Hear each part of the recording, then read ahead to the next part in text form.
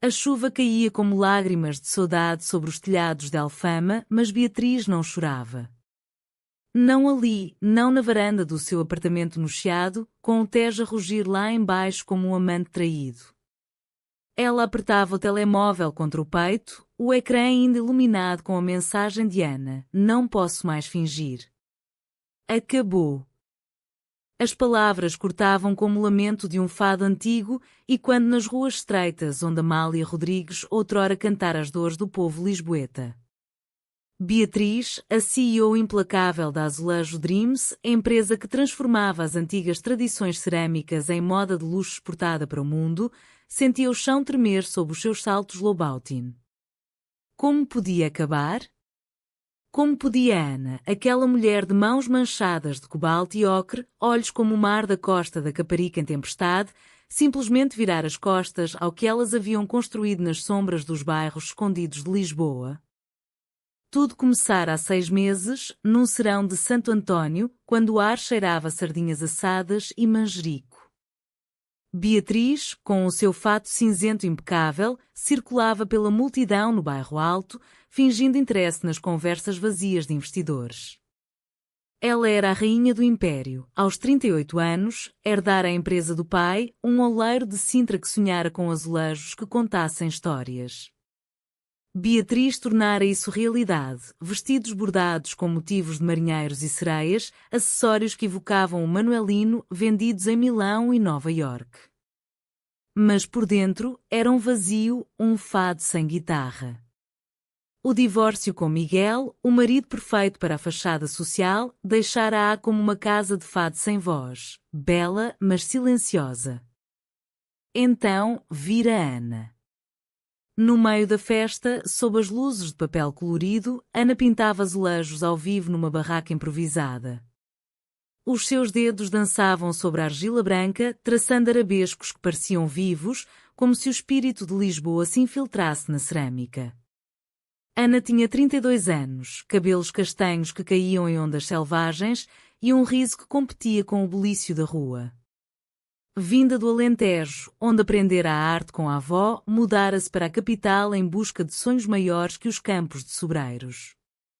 Estes azulejos não são só decoração, dissera ela a Beatriz, quando esta se aproximara, atraída pelo brilho azul. São memórias. Cada traço guarda uma saudade, um amor não dito. Os olhos de Ana encontraram os de Beatriz, e algo se acendeu, um fogo lento, como de uma lareira em Belém no inverno chuvoso. Beatriz comprara todos os azulejos daquela noite. No dia seguinte, convidou Ana para o ateliê da Azulejo Dreams, no coração da Baixa reconstruída após o terremoto de 1755. "Quero que cries para mim", dissera Beatriz, a voz firme como sempre, mas o coração a bater como o sino da Sé de Lisboa. Ana aceitara, e assim começou o segredo. Nas pausas do trabalho, trocavam olhares sobre os esboços de painéis inspirados no oceanário ou nas escadarias do bairro Alto. Beatriz, que nunca chorara um fado, sentia as lágrimas subirem quando Ana contava histórias da infância, as noites de canto alentejano, o cheiro de pão quente e a avó ensinar-lhe que o amor, minha menina, é como o azulejo, frágil, mas eterno se bem feito. Mas Beatriz escondia. Escondia o crush que crescia como era nas paredes de Alfama. Temia o escândalo, uma CEO lésbica em Lisboa, onde o progresso misturava-se ainda com olhares enviesados nas tascas tradicionais. Temia perder o controlo, ela que comandava reuniões com a precisão de um relógio de Belém.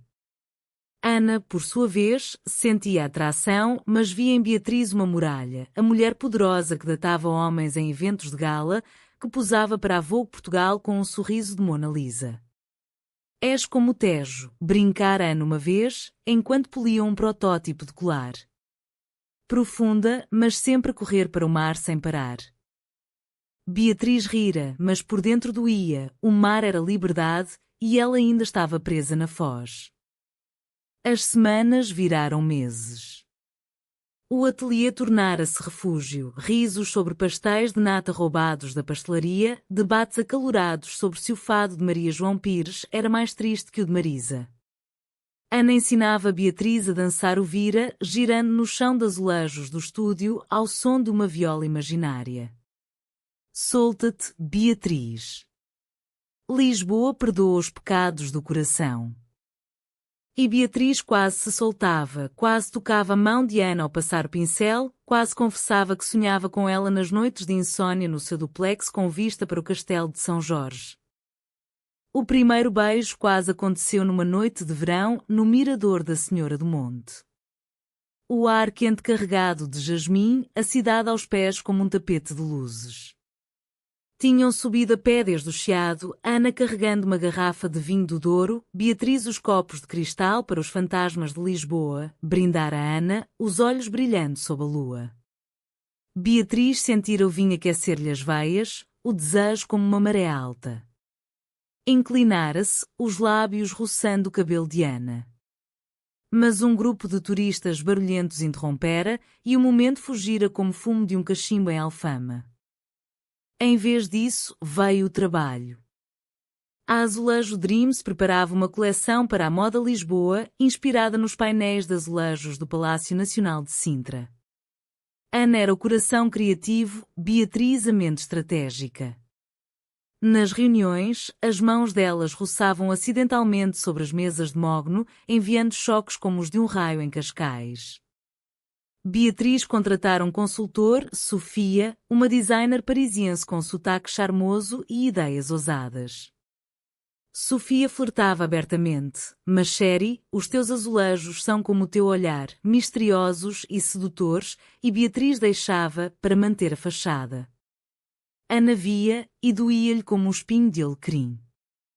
Uma tarde, enquanto pintavam um painel gigante no ateliê, o ar carregado de cheiro a tinta fresca e café de torrada, Ana quebrou o silêncio. Beatriz, o que queres mesmo disto tudo?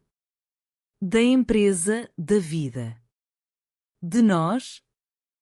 A pergunta pairava como névoa sobre o Tejo. Beatriz congelou, o pincel a gotejar azul. Quero. Sucesso. Para todos. Mas os olhos traíam-na, fixos nos lábios de Ana, rosados como romãs de alcobaça. Foi nessa noite que o crush explodiu. Depois de uma provinha exaustiva, com Sofia a elogiar exageradamente o trabalho de Beatriz, Ana esperou-a na porta do ateliê. A chuva fina caía, transformando as ruas em espelhos. Vi-te com ela. Com Sofia. Risos, toques. Se é isso que queres, diz-me. Não sou de mendigar saudades. Beatriz, encharcada, sentiu o mundo ruir. Ana, não é o que pensas. É só negócios. Tu és tudo. As palavras saíram num fado rouco e, antes que pudesse parar, puxou Ana para si, os lábios encontrando-se num beijo que sabia a sal e a terra molhada. O mundo parou, só o som distante de um acordeão, o pulsar dos corações, o cheiro de terra após a chuva. Elas caíram nos braços uma da outra, o beijo aprofundando-se como um rio que encontra o oceano. Ana correspondeu, as mãos enredando-se nos cabelos de Beatriz, um gemido escapando como um suspiro de fado. Eu sabia, murmurou Ana contra a pele dela. Desde o primeiro azulejo. Caminharam de braços dados pelas ruas escuras, rindo baixinho, trocando promessas sussurradas. Naquela noite, no apartamento de Beatriz, não houve pressa, só conversas até ao amanhecer sobre sonhos e medos, com o Tejo a testemunhar lá fora. Mas o paraíso lisboeta é frágil como um azulejo rachado. Dias depois, veio o mal-entendido. Sofia, ambiciosa, enviara e-mails ambíguos a Beatriz, propondo uma parceria íntima para a coleção, palavras que, lidas às pressas, pareciam confissão de amor. Ana encontrou o portátil aberto, o ecrã iluminado na penumbra do ateliê. Parceria íntima? Beatriz, como pudeste. Lágrimas caíam como gotas de chuva em azulejos, e Ana fugiu, deixando para trás o painel inacabado, um coração partido em cobalto. Beatriz procurou-a por toda Lisboa, nas tascas de Alfama, nos cafés do Rocio, nas praias de Oeiras onde Ana pintava ao pôr do sol. Mensagens não respondidas, chamadas para vazio. O trabalho sofreu, a coleção atrasava, investidores questionavam. Beatriz, pela primeira vez, chorou num fado house no bairro Alto, a voz de uma fadista e quando as suas dores, estrangeira, estrangeira, que me roubaste o coração. O clímax veio na véspera da Moda Lisboa, num ensaio caótico no pavilhão do conhecimento. Sofia confrontou Beatriz, eu sei do teu segredo com a pintora. Se não me dares 20% da coleção, conto tudo à imprensa. Lisboa adora escândalos. A traição de Sofia, outrora aliada, cortou como navalha. Beatriz, furiosa, gravou a conversa, despediu-a na hora. Mas o dano estava feito, rumores corriam como vento no Tejo. Ana, escondida no Alentejo com a avó, recebera a notícia por uma amiga comum. Voltou a Lisboa num comboio noturno, o coração em tumulto. Encontrou Beatriz no mirador da Senhora do Monte, o mesmo onde quase se beijaram. A cidade brilhava abaixo, como um mar de estrelas. Li os e-mails. Pensei que me traías. Beatriz, olhos vermelhos, mostrou o áudio da chantagem. Tu és o meu azulejo, Ana. A minha saudade viva. Sem ti, sou só argila seca. O abraço veio como uma maré de reconciliação. Lágrimas misturaram-se, risos brotaram. Perdoa-me por duvidar, sussurrou Ana. O amor em Portugal é assim, cheio de sombras, mas sempre com luz. Desceram juntas, de mãos dadas, para o ensaio.